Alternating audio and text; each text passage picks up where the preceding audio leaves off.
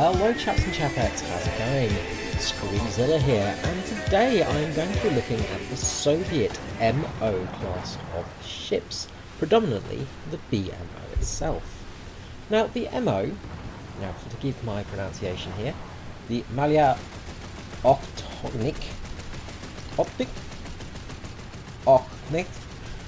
I seem to go more Norwegian whenever I try Russian stuff. Anyway, Maya Optik, or Small Hunter, was a small class of ship produced prior to and during the Second World War.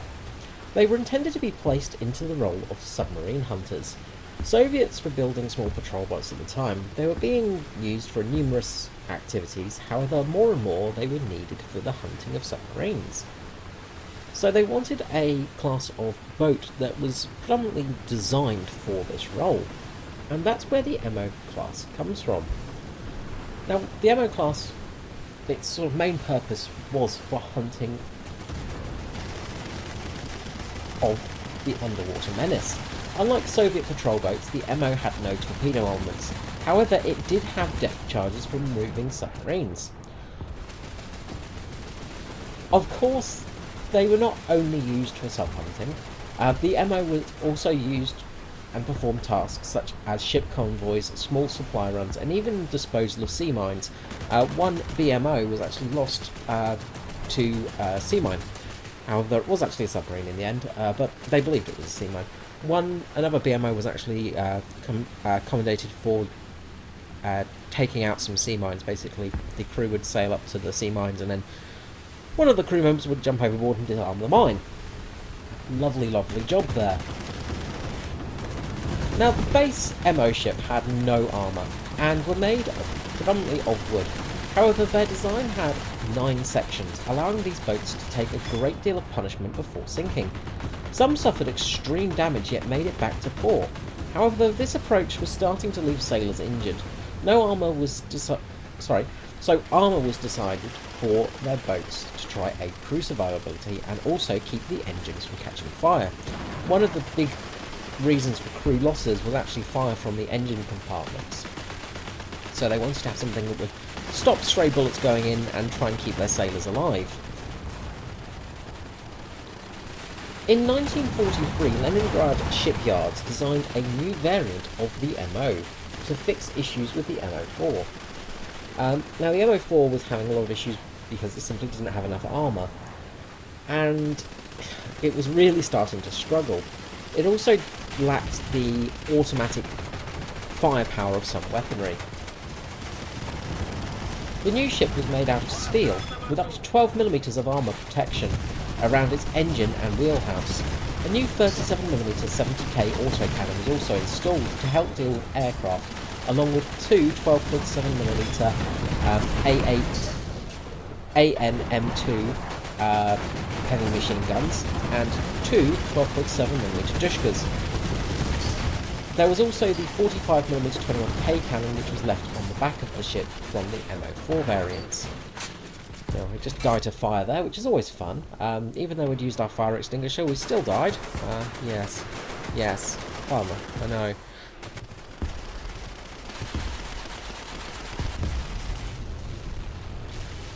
The MO ships had some success with U-boat hunting. One notable was sinking of U-250. The submarine was sunk in shallow waters, and the Soviet engineers were able to raise her. It was of great importance as acoustic torpedoes were found on board undamaged, and this gave crucial information to the Russian technicians and allowed them some serious advantage. This was more towards the end of the war though, so it wasn't a great deal, but it did help a bit. Acoustic torpedoes were very much at the forefront of engineering back then. In-game, we'd get a bit of a beast of a boat. Now, that last little attack doesn't really show the pure evilness of the BMO. This one might give you a little bit better an idea. The BMO can be deadly and hard to sink. With its small amount of armour, it can save you from small arms fire. The boat is also very low profile. The big part that helps this ship is the 37mm gun on the bow, which allows you to sail into targets, ripping them apart. The 45mm on the back does add for some good firepower when needed, and the 4 12.7mm heavy machine guns will really help you with aircraft removal. For the weaponry, you generally want to be using the BR-167 on the 37mm. It will really aid you. The arm-piercing incendiary round will rip most ships apart quickly and cause massive damage to compartments. The BR-240 AP shell on the rear 45mm turret will also really help you, as it will turn bulkheads black pretty much instantly. AP rounds are a bit overpowered at the moment. It works a lot better than an HE round, for instance. HE rounds just don't do too much at all. AP is really the way to go. Now we get a bit of a BMO fight here. I got the jump on him, and my guns are getting off first. Now, as you see, we're turning compartments black, set him on fire. Getting our 37mm gun on target again. Now we're front on, so he can't really take us out, and we've killed him. So having that sort of front pointing towards the enemy really can help, because if they keep shooting you through the bow, they're not going to sink you. They basically have to shoot the whole side of your ship to do much damage and actually take you out. You also get depth charges on this boat, but honestly, I'm not even going to talk about them. You'll never use them, really. The BMO is not fast enough to really take advantage of depth charges. You might get a couple of kills out of them. They might be useful if somebody's sort of charging you or something, but really they're not that much use. One thing you do get, however, is the smoke screen, and that can be quite useful. I generally don't like to use it that much, as it means aircraft will be able to get the jump on you. One of the big disadvantages of the BMO, though, is its speed and maneuverability. The ship actually has, I think it's about 30 knots of speed. You don't really get that in-game, though. You don't tend to see it very often. But it's not too slow in the real world, but in-game it seems to be a bit more sluggish. Basically, it's a... you really want to be on the right place at the right time. The BMO really does require you to be in the right spot, but if you get that right spot, you are just going to have such a field day with this vehicle. Honestly, the BMO is one of the best small boats in the game at the moment, and can be a real nightmare when you're facing it. As you can see here, we are just ripping boats apart, relatively easily as well. You just really cause serious damage to enemy ships with this thing. And because you're such a low profile, you become very hard to hit. So, we've just taken out another ship there, so we're on 9 kills so far. We've got another little PT boat coming in. We've got an LS coming in. And as you can see, he's coming in bow first, and we were unable to kill him very easily when he was doing that. Once you get on the, once you sort of start attacking the bow first, you really do have problems. Now, somebody's just dropped bombs. They've been taken out.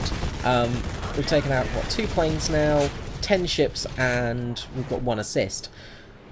We've really done some... It's just been an insane match. Finally, we are taken out of the action by this PR-123 BIS. So, finally, we have been taken out of the action, but it took a lot of the enemy team to do it. And they really did struggle. It was basically not until 3 people had me on the ropes that they really got me to sink. And that, ladies and gentlemen, is the BMO, as it goes down underwater. Just to see her sinking to the bottom of the depths there. Goodbye, BMO, you did well. So, this match really doesn't have much more interesting to happen, so we'll head back to the hangar now. I am BMO. BMO, are you a robot? Oh no, football. I am a Boat. Oh, that sounds wonderful, BMO. Okay, and here we are back in the port. So, just looking over the BMO, you can see that it's got some relatively good armour. Now, the frontal plate on the 37mm has got 10mm, and that will help you from some small arms fire.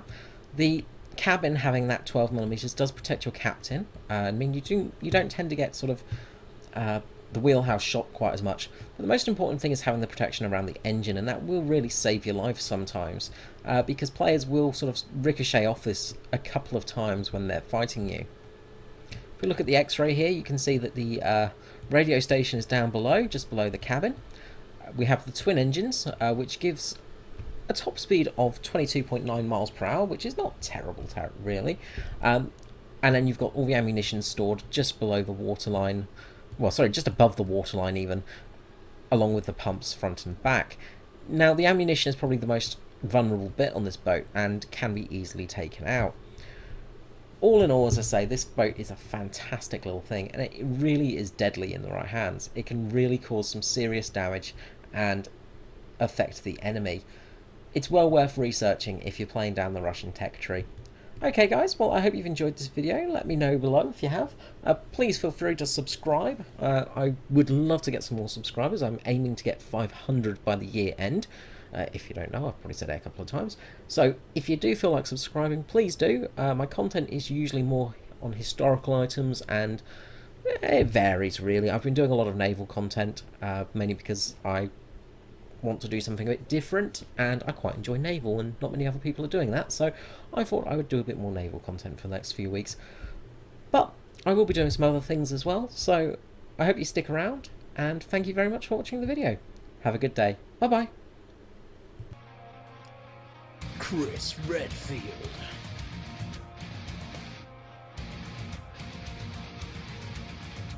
Jill Valentine. Barry Burton. Rebecca Chambers. Scree Ziller.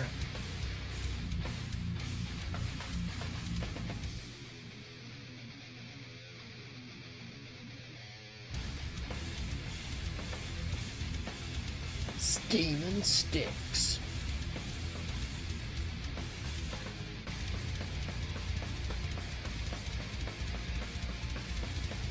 Albert Wesker.